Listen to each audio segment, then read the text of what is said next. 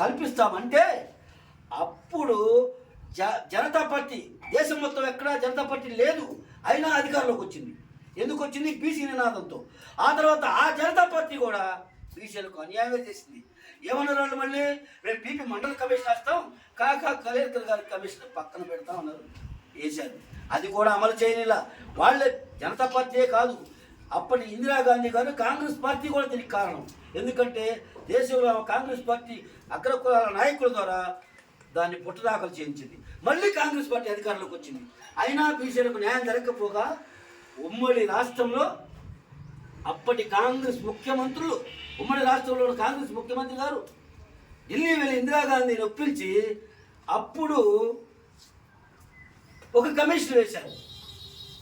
బీసీల కోసం ఖచ్చితంగా రిజర్వేషన్లు మేము కల్పిస్తాము అని చెప్పి మళ్ళీ బీసీలను మోసం చేశారు.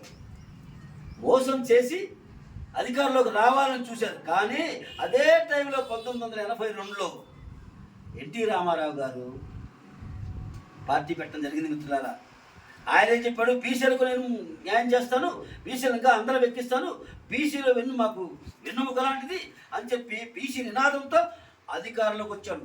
ఏ నినాదంతో వచ్చాడంటే కాంగ్రెస్ పార్టీ 1980వ దశకంలో 81లో వేసిన మురళీధర్రావు కమిషన్ బీసీలకు 44% రిజర్వేషన్లు కల్పిస్తామని చెప్పి ఆ మురళీధర్రావు కమిషన్ కాంగ్రెస్ అమలు చేయలేదు. నేను అమలు చేస్తానని చెప్పి ఎన్టీ రామారావు గారు రాష్ట్రం అంతా తిరిగి బీసీలను ఆకట్టుకుని బీసీలకు ఆశ రేపి అధికారంలోకి వచ్చాడు. అధికారంలోకి వచ్చిన తర్వాత ఆయన కూడా పక్కన పెట్టేశాడు. 2 ఏళ్ళు అవుతుంది అప్పటికే అధికారంలోకి వచ్చి. 1984 చివరిలో ఉమ్మడి రాష్ట్రంలో తెలంగాణ ప్రాంతం నుంచి కొండా లక్ష్మణ బాపూజీ గారు బీసీ బిడ్డ, చేనేత బీసీ బిడ్డ ఆయన. ఈ ఆంధ్రప్రదేశ్ ప్రాంతంలో గౌతు లచ్చన్న గారు బీసీ బిడ్డ, తోడు కులస్తులైన గౌతు లచ్చన్న గారు బీసీ చేనేత కులస్తులైన ఆయన కలిసి ఇద్దరు కలిసి రాష్ట్రంలో తిరుపతిలో పెద్ద సభ పెట్టి బీసీ నినాదం వినిపించి ఎన్టీఆర్ గారిని నిలదీస్తే, గర్జిస్తే పెద్ద అప్పుడు వేలాది మంది, లక్షలాది మంది జనం వస్తే తిరుపతికి సభకి ఎన్టీఆర్ గారు ఉలిక్కిపడి ఇంత జనాభా ఉన్నారే అని చెప్పి వెంటనే నేను ఒక కమిషనే కాదిక అసలు ఏకంగా జీవో ఇస్తాను, అమలు చేస్తాను అని చెప్పి ఆయన కూడా దాన్ని అమలు పరచల, జీవో మాత్రమే ఇచ్చాడు. కాబట్టి మిత్రులారా, బీసీలకు ఈ దేశంలో అన్ని రాజకీయ పార్టీలు అన్యాయం చేశాయి. మొట్టమొదటి కాంగ్రెస్ పార్టీ, తర్వాత బీజేపీ చేసింది కూడా నేను చెప్తా ఒక విషయంలో. బీజేపీ 1990లో అప్పుడు యునైటెడ్ ఫ్రంట్ అధికారంలోకి వచ్చింది. విపి సింగ్ గారు ప్రధానమంత్రి అయినప్పుడు ఉత్తరప్రదేశ్ నుంచి ములాయం సింగ్ యాదవ్ గారు, అలాగే బీహార్ నుంచి లల్లూ ప్రసాద్ యాదవ్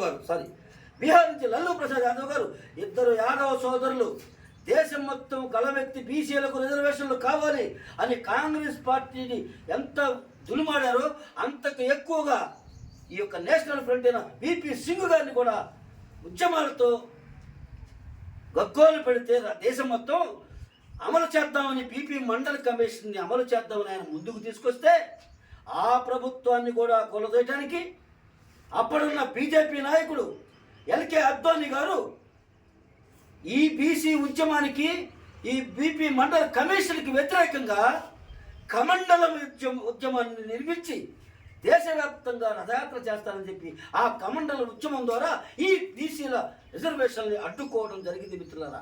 అందుకే అధికార ప్రతిపక్షాలు 80 ఏళ్లుగా పరిపాలిస్తున్న వీళ్ళందరూ మనకు ద్రోహమే చేశారు. తెలుగుదేశం పార్టీ, బీజేపీ, కాంగ్రెస్, ఇప్పుడు వైసీపీ విషయానికి వద్దాం. జగన్మోహన్ రెడ్డి 4 ఏళ్ల క్రితం ఏం చెప్పాడు? 5 ఏళ్ల క్రితం అధికారంలోకి వచ్చే ముందు నేను బీసీలు అంటే వెన్నెముక కాదు, బ్యాక్ బోన్, బీసీలకు అందరికీ న్యాయం చేస్తా, అందరికీ చట్టసభలో అవకాశాలు కల్పిస్తానని చెప్పి వచ్చాడు. వచ్చిన తర్వాత ఏం చేశాడు? నిజంగానే బీసీలకు న్యాయం చేసేటట్టుగానే ఇస్త్రీ పెట్టుంటే మా రజక సోదరులకు 10,000, మగ్గం ఉంటే మా చేనేత సోదరులకు 24,000, అలాగే ఆటో ఉన్న ప్రతి బీసీ సోదరుడికి 10,000 అని చెప్పి డబ్బులు వేయటం మొదలు పెడితే నిజమే కావాలా మా బీసీలను కొద్దిగా ఆదుకునే ఒక నాయకుడు వచ్చాడు అనుకున్నాం. కానీ అది మున్నాళ్ళ ముచ్చటే అయింది. పంచాయతీ ఎన్నికల్లో రాజీవ్ గాంధీ గారి టైంలో ఆర్టికల్ 73, 74 రాజ్యాంగ సవరణ చేసి లోకల్ బాడీ ఎన్నికల్లో బీసీలకు 27% రిజర్వేషన్లు కల్పిస్తే అది కూడా ఆర్టికల్ 15(6), ఆర్టికల్ 16 క్లాస్ 6 ద్వారా ఈ బీసీలకు విద్యా ఉద్యోగాల్లో లోకల్ బాడీస్లో, అలాగే లోకల్ బాడీస్లో కూడా రాజీవ్ గాంధీ గారు ఆర్టికల్ 73, 74 ద్వారా మాకు అవకాశాలు కల్పిస్తే జగన్మోహన్ రెడ్డి గారు నాకు 151 సీట్లు వచ్చినాయి, ఇక నేనే రాజుని, నేనేం చెప్తే అది బీసీలైనా ఎస్సీలైనా ఎస్టీలైనా మొత్తం వినాల్సిందే అని చెప్పి ఆ 27% ఉన్న రిజర్వేషన్లని 10% తగ్గించి 24 చేశాడు. 34% రిజర్వేషన్ ఉన్నదాన్ని, సారీ పంచాయతీ లోకల్ బాడీ ఎన్నికల్లో 34%, దయచేసి క్షమించాలి, తప్పు దొరికింది. పంచాయతీ ఎన్నికల్లో లోకల్ బాడీల్లో 34% రిజర్వేషన్లు రాజీవ్ గాంధీ గారు కల్పించారు ఆర్టికల్ 73, 74 ద్వారా.